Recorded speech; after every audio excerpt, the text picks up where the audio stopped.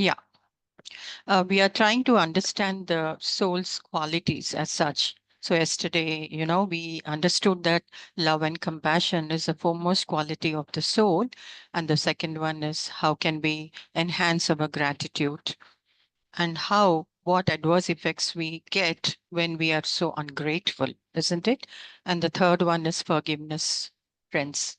We all know what is forgiveness, but again, coming to practicality, it is very difficult, right?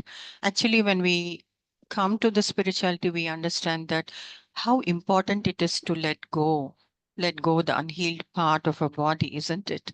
So we have to let go. And how can this happen? Only through awareness. All this can be done only through awareness, masters. Only through being in the present, in the moment, to be very conscious about what we think, what we listen, what we speak, and how do we act, isn't it? So, what should we let go? All our unhealed past, maybe our complaints, our judgments, our criticism, our blame games, whatnot. First, to forgive ourselves is very important, masters. Secondly, to forgive others. Thirdly, to seek forgiveness. Three things. And also to decide to make that conscious decision that we will not be repeating all these things once again. And whenever we feel that yes, we are in pain, we are in hurt, we have to again come back to our breath and understand, okay, this is my experience, let me just understand this lesson. Then let going will become very, very easy, masters. So everything is a practice, everything is a sadhana. Out of my experience, I'm trying to share this with you because I had such unhealed past in my life for which, I had to, take all that. So, yes, this is what life is all about, isn't it? We have come to this earth to learn some experiences. Okay, so let us not criticize others and let us just be in that mode of forgiveness, masters. And next is then when we forgive, I think that is where we get this divine connect. That is the time, that the doors get opened. Though we do so many other things, but I think practicing forgiveness is the utmost thing. It's a key, I think, to the door of abundance. And what is the door? The divine connect, masters. And we just get connected to the divine. That is such a beautiful experience. Okay. So 50 trillions of cells do work without our, say unconsciously, they're just working. They don't ask us, isn't it? Our organs function normally. Everything is working. How does it work? The planets are in the right moment, in the position. How is it happening? That is the divine power, masters. So when we just understand this, all the time we are connected to the divine. That flow is all the time there. That dharana is there. And we are guided by that spirit in true sense. We needn't ask anybody. Sit in the dhyana and then we'll get our answers. We needn't go and rely on people. What should I do now? Which decision that I should take up now? I'm in that juncture of my life. Will it be fruitful or not? No, we will never get such doubts. Sit with yourself in dhyana and your higher self will connect with you. Once you are healed, then that process begins, masters. No, if you're holding so much, no, nothing happens, masters. So that is why I said forgiveness is the key to the door of abundance, masters. And your intuition becomes, you know, enhanced. You'll be in that flow of higher energy, masters. And then you will have clarity in your goals. And then down the line, 5 years from now, what should I be doing? Yes, you will have the clarity. Everything. You will understand the purpose of your life. Why am I born? What am I supposed to do? Why am I here? What is happening around? Everything, it will be crystal clear as though you are just looking the outside world from a mirror, masters. Yesterday too, I said this. The outside world is a projection of our inner mind and nothing else. Okay. And the next is when we are in this right path, the divine masters come. and guide us and bless us in every aspect of our life. Because hereafter, when we do anything, also, we do with a divine connection. And how can we be wrong? Isn't it? We are in the moment, we are in the pure consciousness, we are in awareness. All our words, thoughts, and deeds will be in divinity, and we will have that abundant blessings from the masters, higher masters. They will guide us, they will show us the route map, and we know where we are heading to. And that is the best part that can happen to anybody, because we keep listening to people saying life is very beautiful. When we understand this, we understand only in a materialistic aspect of life. But when we become meditators, we understand the nuances of it. Yes, we just go deep into it. That is called the sukshma understanding, the intricate part of the understanding. Till we did not meditate, we all understand on a superficial level. But when we meditate, when we do the sadhana, we understand everything in the sukshma level, the micro level we understand.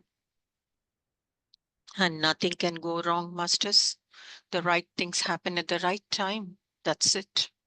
You are connected to the core. And what is that core essence? The divinity. That's it. And last but not the least, masters, when we just are in this state of mind on the body, what happens is you will have the inner peace. You will have inner peace. You needn't search it outside. You are joyful all the time. And this joy becomes a bliss sometime later. And that is called the Satchit Ananda. Today, people have everything, but they're not happy from inside. But I'm talking about the peace, the joy, the blissful state that we can also attain, provided we just set things right. We have to make a conscious effort, sit with ourselves and analyze ourselves, and then we will understand where we have to plug those holes. Then everything falls in place to masters. There's nothing magic here. It is our conscious effort that makes things happen, because unconscious acts, unconscious living, you know, paves to a different path, and we become victimized. But once we understand what is consciousness, when we connect to it, and the divinity falls in place. That is what my experience is all about, masters. And when we connect to our soul, then we understand, okay, I'm not this, I'm not that I, but I am the soul. I'm the divine soul. And we are all from that same family. We are all connected as one, that pure consciousness. Okay. And in life, we will have everything, masters. We will step into abundance. What I observed, I mean, it is my practical experience, because as meditators, we read so many books. We listen to Jnana, we listen to, I mean, Acharya Sangatyam is there, Sajjana Sangatyam is there. So much is there. So much of knowledge is there in PSSM. But all that will go waste when we don't implement it. Practice is very important, masters. How do we apply and implement in our real life? So when we start applying those principles in real life, then we see the magic happening. So to listen, it is very nice, but how do we apply? That only comes through conscious effort. That is what I'm saying. Time and again, we have to keep reminding ourselves, no, this is what we have to be doing. All these years, I have done this. I know how my life is now, isn't it? See, we can cheat others, but we can never cheat ourselves, right? We can just fake life. We can, tell everybody, okay, my life is so nice, so beautiful. But in the inner sense, we know how our life is, isn't it? So when we understand that, I think the magic happens. And we step into real abundance. We needn't put lot of energy in doing things. They automatically happen. Things manifest. We will experience manifestations. Everything happens because once when you give a thought, that comes, that realizes, and we will experience that, masters. And there is no shortcut to for all these things. Only thing is sadhana. Only thing is sadhana, meditation. That's it. So we have to increase our meditation hours, sit with ourselves. Well, off late, even I was telling to my group that, you know, in this busy life, it is difficult for people to sit for some time and to take time because all the time we have so many complaints. So, what I told them is at least, if you are a working woman, you can just, at every 1 hour, just go for a power meditation. That means only 10 minutes, just observe your breathing. We have to do that consciously. This we have to practice. That helps wonders, masters. This also I practiced. Even if we are at home, we have to do this. Every 1 hour, sit and observe our breath. If not sit, just stand and observe. Take a break and observe our breath. That's it. Again, the energy boosts. Again, some clarity comes.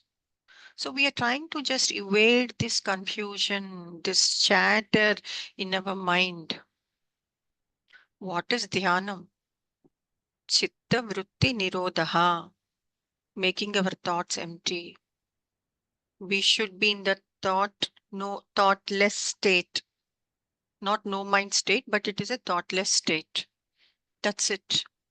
Once the mind is empty, the divine comes. That white energy flows. That's it. It will guide us. We needn't waste our energies, masters, in doing, in thinking, in racking our brains, in thinking that, everything I can only do, I have to do, everything is only possible by me. If I'm not there, my family doesn't run at all. See, these are all myths, these are all mayas we have, and they all the myths gets busted. So many myths are busted, right? When we come into spirituality, all those conditioned beliefs, those blind beliefs, those conditioned patterns, those subconscious patterns just subside. They just fade away. And one day you'll be just, in that miraculous life of abundance. That's it, masters. So I hope that, you all enjoyed this session, and you could take some meaningful takeaways from this. Well, soul is an extensive subject, but, out of your experience, the soul qualities enhances, and out of your experiences, so many characteristics are attached to the soul. There are umpteen. I mean, the list is endless, but we can just again, narrow it down only for a presentation like this.